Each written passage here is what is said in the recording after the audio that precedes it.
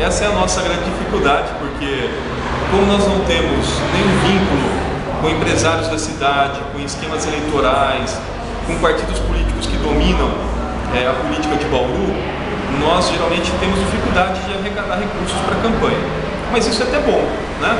Porque você não fica com o rabo preso com ninguém, né? Se ganharmos as eleições, não deveremos favor, ou não vamos ter que dever favor para nenhum empresário, nenhum grupo empresarial.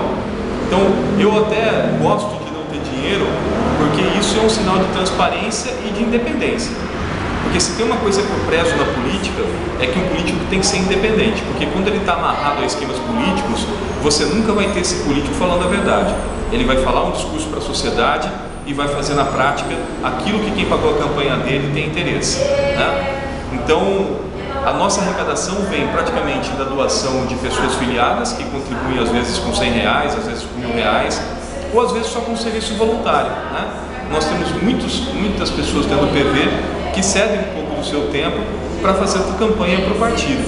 E isso tem valor, né? É mensurado, não tem valor financeiro ali, eu não estou pagando para essas pessoas, mas existe um valor nessa prestação de serviço voluntário. E é isso, nossa campanha é baseada nisso, né? Na transparência da arrecadação e no trabalho voluntário da nossa militância.